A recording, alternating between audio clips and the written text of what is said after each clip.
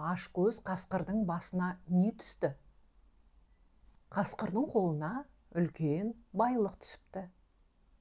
Бірақ ол оны ешкіммен бөліскісі келмейді. Ал соңында не болды? Білгің келе ме? Ендеше ертегіні тыңдайық.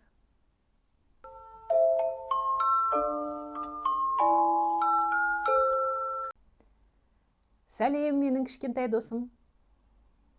Менің ертегі әлеміме қош келдің. Ертеде ну орманның ішінде бір қасқыр өмір сүріпті.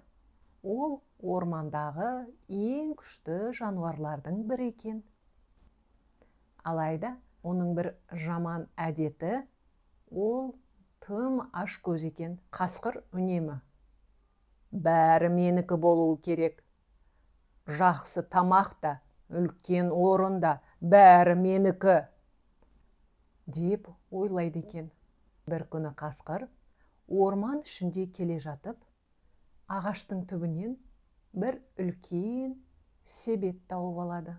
Себеттің ішінде неше түрлі дәмді тағамдар бар екен. Қасқырдың көзі болса жайнап кетеді. Мұнаның бәрін өзім жеймін, ешкіммен бөліспеймін, дейді де себетті көтеріп алып, үйіне қарай жөнеледі. Жолда оған қоян кезігеді. Қасқыр аға, мынау не? Деп сұрайды. Бұл менің тамағым, саған бір түйір де бермеймін. Сәл жүрген соң қасқырға түлкі кезігеді. Қасқыр: мынау көп тамақ екен ғой, бөлісіп жесек қайтеді? Дейді түлкі. Қасқыр ызаланып: жоқ, бәрі менікі, деп оған да тамақты бермей қояды. Ол себетін құшақтап ары қарай жүре береді. Орта жолда қасқырдың қарны ашып кетіпті. Себетті ашып қалса, ішінде шыны ыдыста үлкен бал бар екен. Қасқыр балды жей бастайды. Бірақ бал өте жабысқақ қой. Оның аузына, мұрнына жабысып қалады. Ойбай, не болды маған? Деп қасқыр абдырап қалады. Ол судың жанына барып, жуынбақ болып жатқан кезде себет аударылып, ішіндегі барлық тамақтар шашылып қалады. Барлық тамақтар шашылып, суға түсіп кетеді.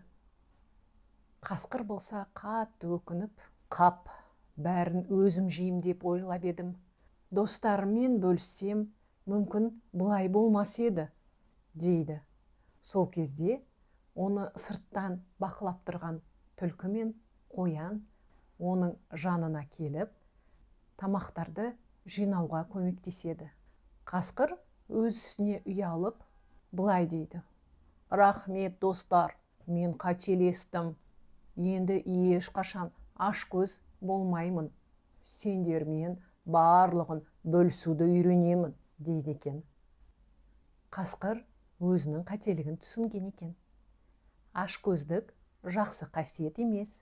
Ол адамды жалғыз өзін қалдырады. Ал керісінше мейірімді болу, қолыңдағы затыңмен бөлісу, керісінше достарыңды көбейтеді. Осымен ертегі аяқталды. Келесі кездескенше сау бол.